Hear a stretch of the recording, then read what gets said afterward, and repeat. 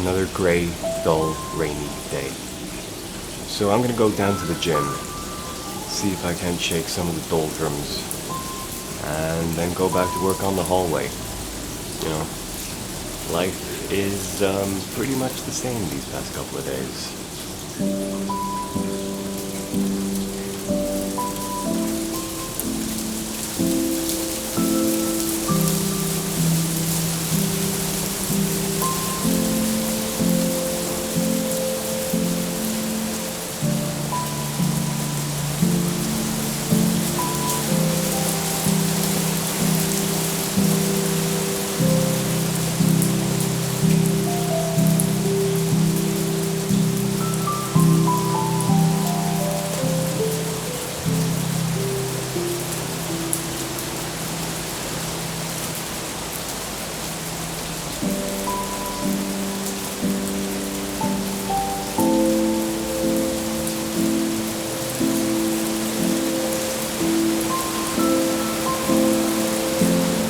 I'd be lying if I said I was pleased with how that went, but considering I haven't been at the gym in ages, it was okay, I suppose.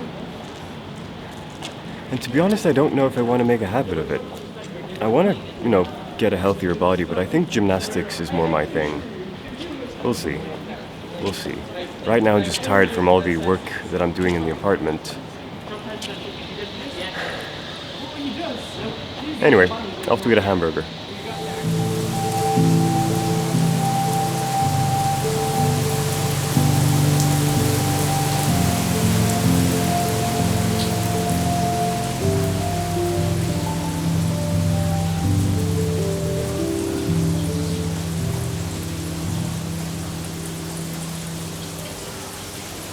Bentham is acting weird. I just came home from the gym and the hamburger, and he's acting weird, and I don't know why. Really? Ah.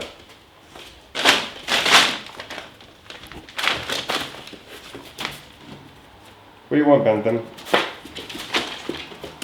What? What? Tell me. What do you want? Hey, Locke.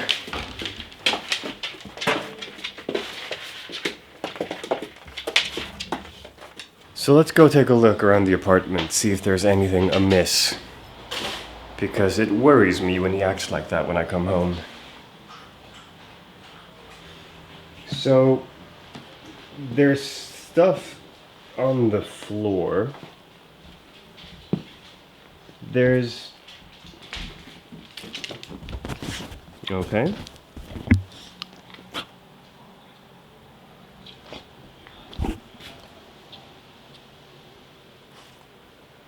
Bentham? What is this? But everything seems to be in order.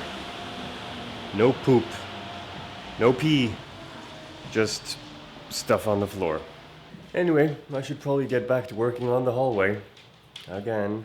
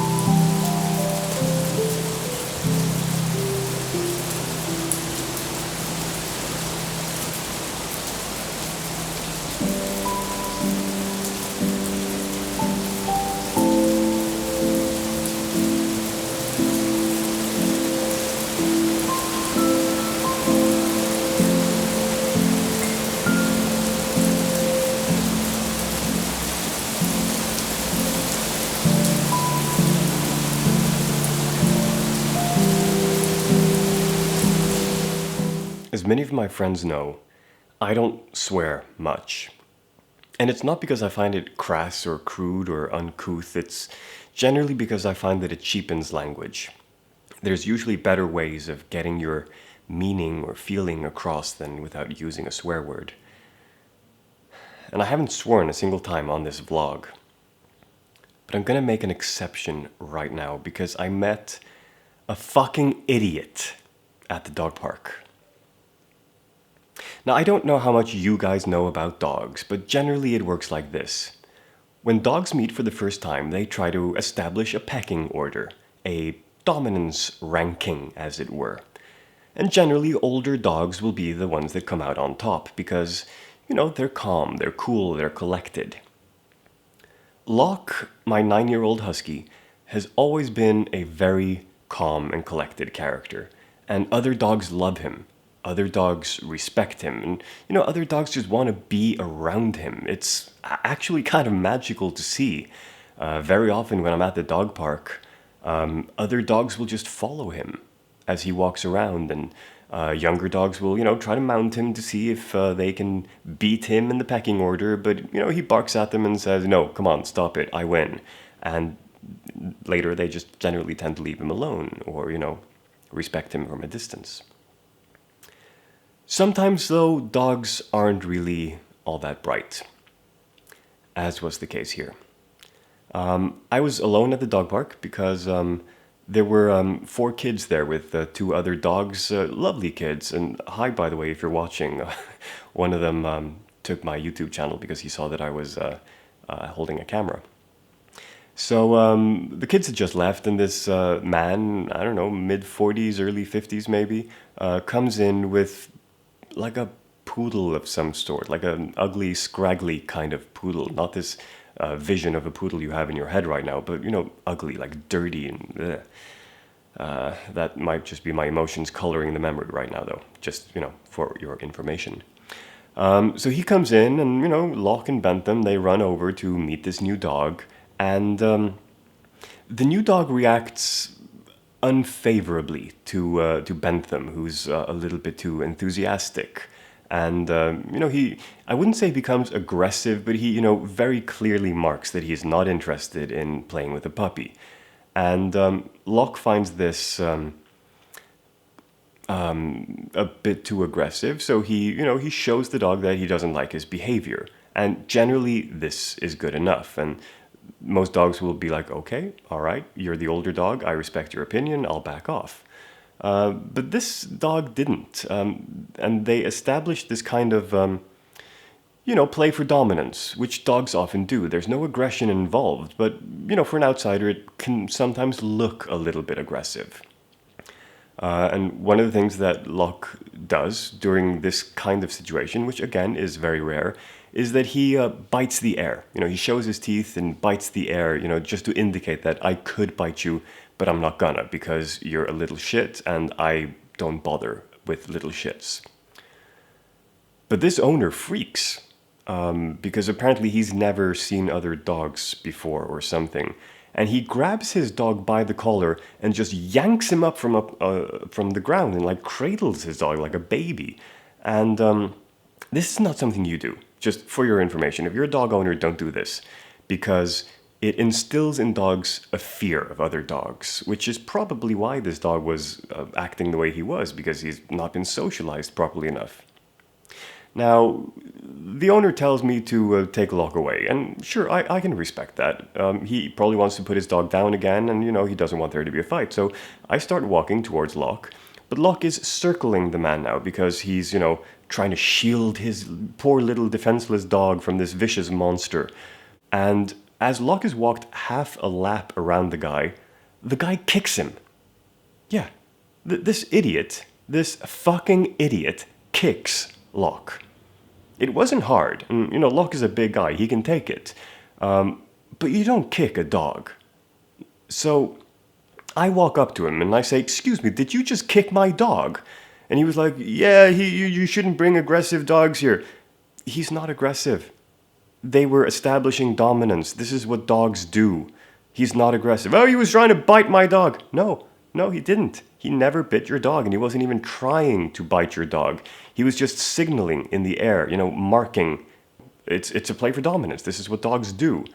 And he's like, "Oh, I've been coming here for a long time, and this has never happened." Yeah, I'm here 3 times a week, often more, and this has never happened. Nobody's ever kicked my dog before.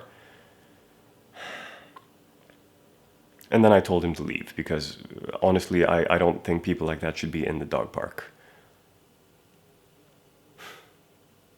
Fucking idiot.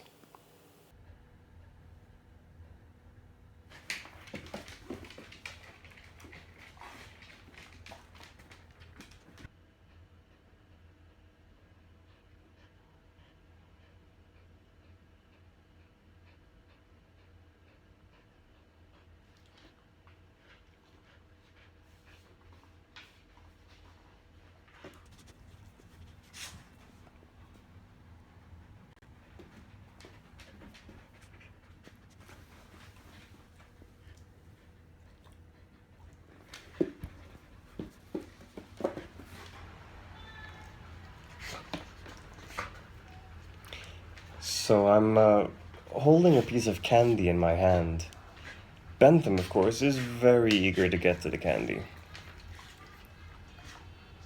Locke, on the other hand, oh, he's just standing there. He knows I have it.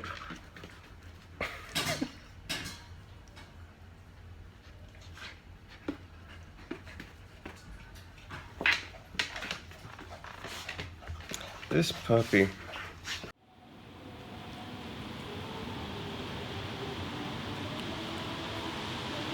When I was 4 years old, my family moved to Sweden. My sister was 10. And since there was just the four of us, we were quite tight-knit. We didn't have any cousins in Sweden, we didn't have any nephews or anything like that in Sweden. It was just the four of us. So, we were a very small and tight-knit family. So all the friends that we made over time were our friends, and not just friends because of family or anything like that. We got to pick, pretty much. And all families have their ups and downs, their troubles and their strife, and I don't need to go into that here. We all know that, this is something that happens. This is something that families have.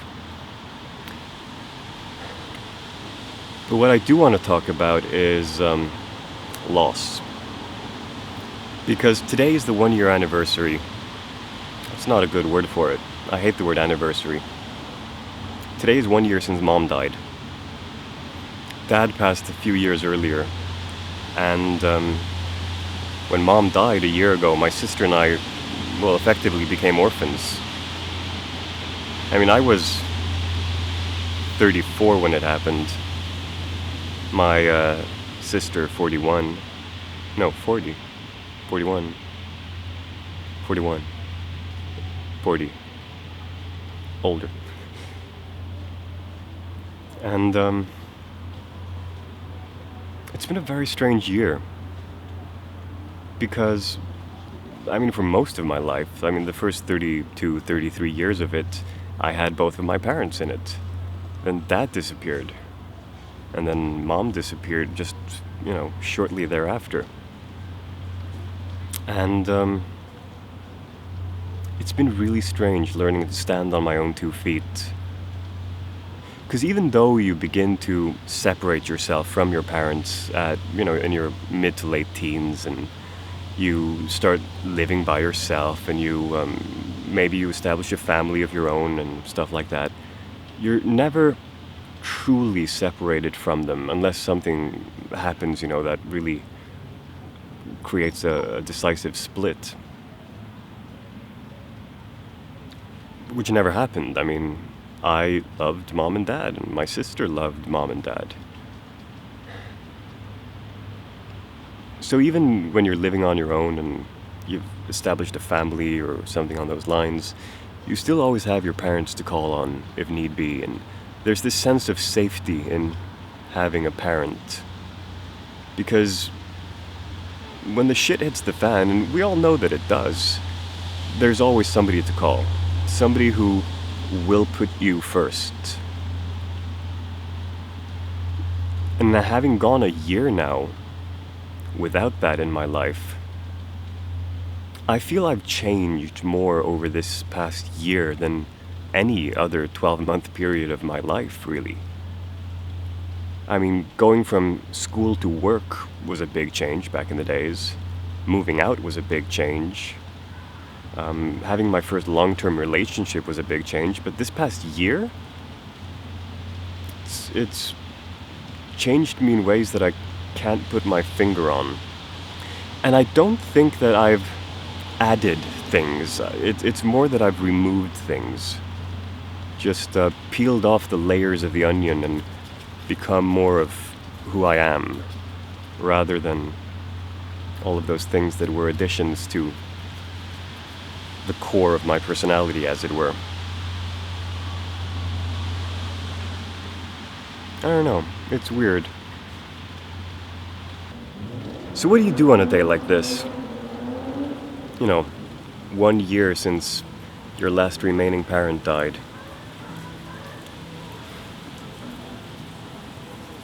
I think the best that any of us can do really is just take stock of what they gave us. Just bring back the good memories and be grateful for what we had. And that's probably a good lesson for every single day, not just the anniversaries.